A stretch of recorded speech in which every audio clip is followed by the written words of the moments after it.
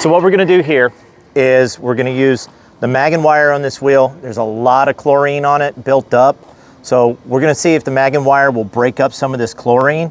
We're gonna do our mag and wire, agitate it with the terry cloth towel, come back over with the glass cleaner to neutralize the reaction, wipe that down, and then we're gonna use the Ultra Cut just on a wax pad. Just see what it does by hand to see if we can just give it a nice quick polish to get some more of this crap off this wheel for these guys. I've got a question for you. Why would you use the wax pad versus with the Ultra Cut, that is, versus like a more aggressive terry? I guess it's So 1 half dozen? yeah, 6 to 1, half dozen the other. I mean, we can try a terry cloth. Some guys like the terry cloth. The terry cloth will agitate it a little bit more than a microfiber wax pad.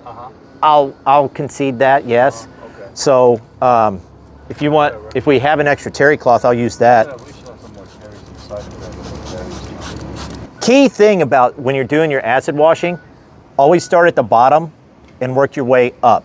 Don't start at the top because you get the streaks that run down, and you always want to start at the bottom and spray your way up to the top so that way it's all level and even. You get a good consistent reaction.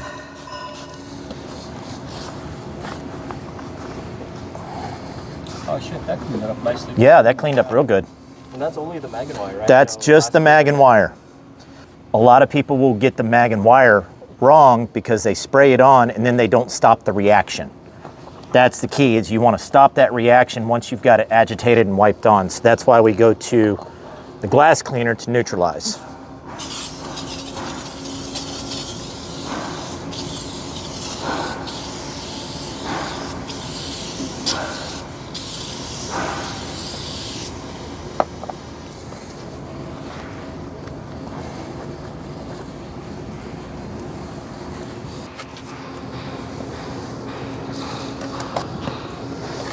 So we've still got some of the chlorine stains on here.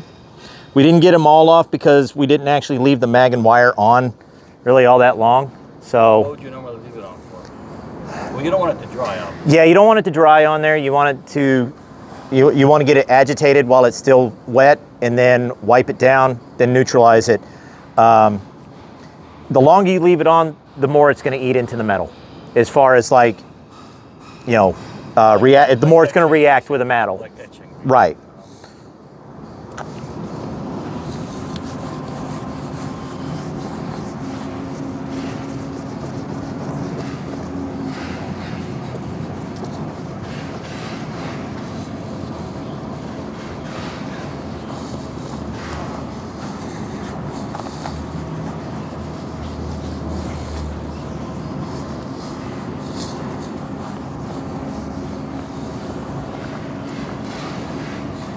So this is the Ultra Cut that we're using right now with a terry cloth. What's it doing for you? Notice the difference? Oh, it's doing something really nice. Wait a minute. So that's all the oxidation that it pulled out. That's organic matter. That's organic matter that it pulled out.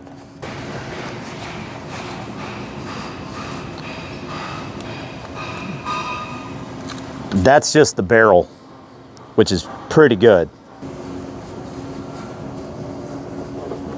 And I'm not using a lot of pressure at all here. Same philosophy as with the orbital. You don't need a lot of pressure. You want the product to do the work. Now, if they took off the wheels, and they would be able to PA them if they took off the wheels though, right? Right. Yeah, you could orbital polish them if you took them off. Okay. So now I'm actually going to use some dissolver on it real quick.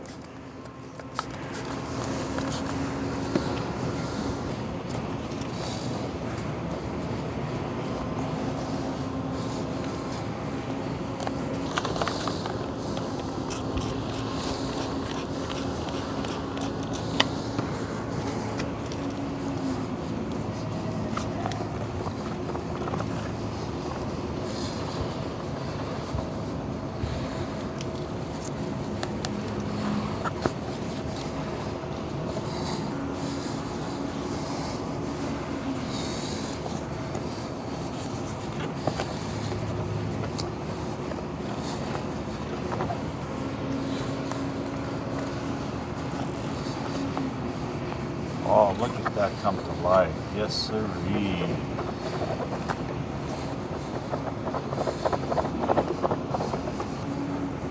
I'd say Pro Red would probably be good for the wheels.